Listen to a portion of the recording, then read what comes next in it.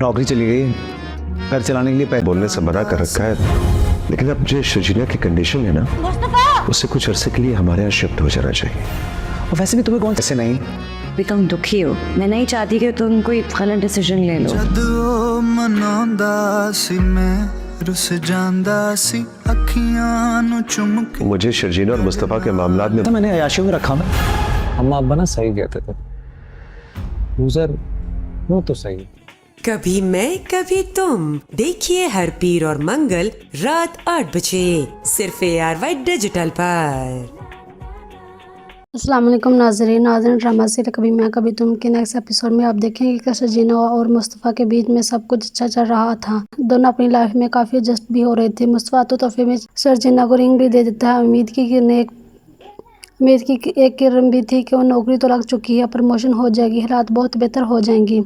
मगर फिर अचानक से मुस्तफ़ा और शर्जीना की ज़िंदगी में आया फिर से तूफ़ान। मुस्तफ़ा की उम्मीदें जैसे फिर से बिगड़ने लगी, क्योंकि मुस्तफ़ा ने गेम तो रिलेप की पर इसमें बैग आ जाता है, जिसकी वजह से कंपनी को काफ़ी नुकसान हुआ और तभी मुस्तफ़ा की नौकरी भी चली जाती है। वो बहुत ज़्यादा परेशान होता है। नौकरी चली गई, घर चलाने के लिए पैसे नहीं है, मगर इस सब में भी शर्जीना इसे गिरने नहीं देती, इसे हौसला देती है। मगर मुस्तफ़ा तो अब ज़्यादा डिप्रेशन में चला जाता है। शर्जीना के वालिदैन बहुत ज़्यादा परेशान होते हैं। बीवी को कह देते हैं कि तुमने मुझे शर्जीना और मुस्तफ़ा के मामले में बोलने से मना कर रखा है, लेकिन अब जो शर्जीना की कंडीशन है ना, इससे कुछ अरसे के लिए हमारे घर शिफ्ट हो जाना चाहिए। ऐसे कुछ वक्त भी जाने के बाद मुस्तफ़ा की जब बात होती है, हो सकता है शर्जीना के वालिदैन ही से हुई वो लैपटॉप पर तो मुस्तफ़ा को काफ़ी ज़्यादा शर्मिंदगी उठानी पड़ती है।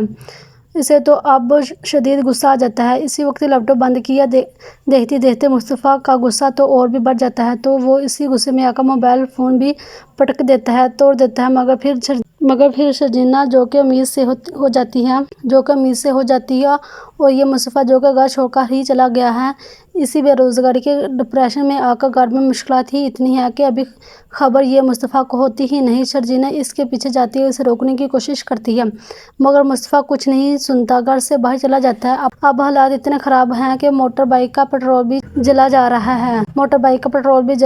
है और हाय ये गुर्बत फिर इसके आरे भी आ गई। वो तो अपना डिप्रेशन कम करने के लिए लॉन्ग ड्राइव पर भी नहीं जा सकता।